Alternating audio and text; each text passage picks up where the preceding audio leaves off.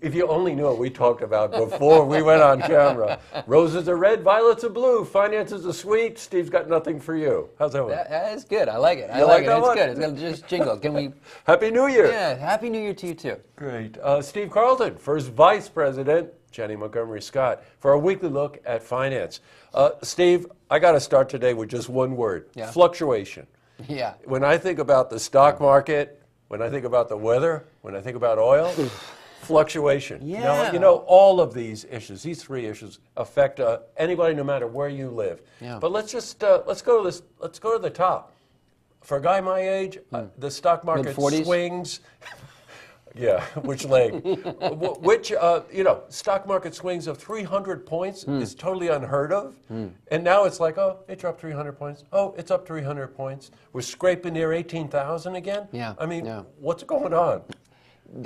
You're not the first person to ask me that question. I bet. What's going on? The more things change, the more they stay the same. Nobody knows the future. And I think when there's as much uncertainty about the future as there is now, I think you get that kind of movement. And I think what we're seeing in the world today unsettles a lot of people. Right, and so people look past earnings, they look past a whole host of things from a mathematical perspective, they look past what the economists are saying, and they look to what their gut is telling them. And I think that's what's happening. A lot of people are looking at things and saying, I just don't feel good about it, and that makes people nervous. You know, I was talking to a viewer who called in about this segment, and she said, it's computerized trading that's causing all this problem. That, trades can happen in a fraction of a second, that billions of dollars are being moved around, and that very few people know about it, and very few people are, actually reaping some reward from this. Yeah. And I don't know, is that part of it? Or? It used to be the mom and pop investor would call and say, buy me 50 shares of this or 50 shares of that. I think the days of that kind of activity is going away or has gone away. There's no question that computers are trading the majority of what's happening. But what people are doing is they're buying indexes or they're buying index funds. They're buying things that mirror the market. And so you would think that would mitigate some of the volatility. Yes, right, sure. But I think you're right that a lot of the computer trading, we're in unprecedented territory. A lot of the stuff that we're doing now, we didn't do 20 or 30 years ago.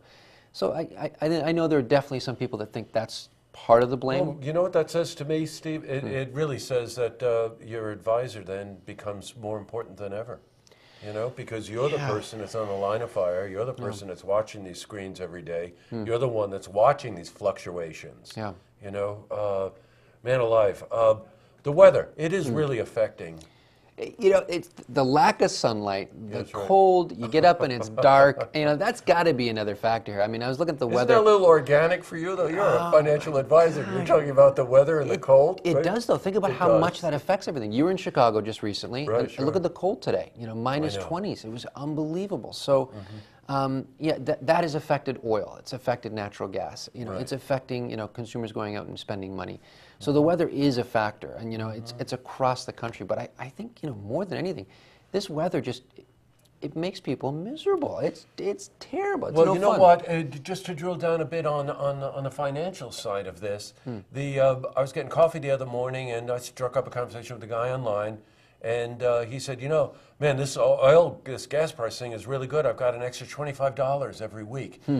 Sometimes that really registers to you to think that there are people that are really that concerned and that affected. Yeah. We're getting a particularly brutal cold snap right now. Natural gas prices are low. Yeah. Filling up your tank is low. Yeah. That helps people get through this. But of course, the other side of it is that this global economics that's affecting this oil pricing is maybe not so good for business. And It's true. It's absolutely true. Think about it from another angle. You save $25 on your gas fill up. You save $100 on your heating bill. Right. But you're 50 years old, maybe you're 55, and you've got a 401k. Yeah, right, exactly. Sure. And that 401k is down $10,000 because the market's down. Right. So whatever you've gained in your right hand from your gas payment, you're losing in your 401k. So, there's winners and losers both sides of this. And, we've talked the last couple of weeks about it taking the pressure off people's weekly expenses. But most people are responsible for their own retirement. Most people that are retired are limited on how much money they make, because interest rates are so low. So it's tough all the way around. But don't get me wrong, I'm glad gas is cheaper. Yeah, right. I'm glad the natural gas is cheaper for people in the cold weather lately. But we've seen what happens with the Middle East. We see what's happened with Russia right now. We see what's happening with these other countries that are dependent on higher oil prices. And that affects the psyche of investors across the world. Let me ask you this. Yeah. We started a new year, 2015. Yeah. Is there something that stands out from your perspective, 2014? Maybe an unfair question. I'm sure there's a lot of them. Yeah. But would anything stand out to you? You know what? For me personally, a change in perspective. We came into that's interesting. We came into 2013, and everybody knew the U.S. dollar was going to go down forever. In 2013, everybody knew oil was going to go to $200 a barrel, and oil was only going to go higher and higher, and the U.S. was in decline. And 2014, everything was turned upside down. The U.S. dollar is now at a 10-year high. Right.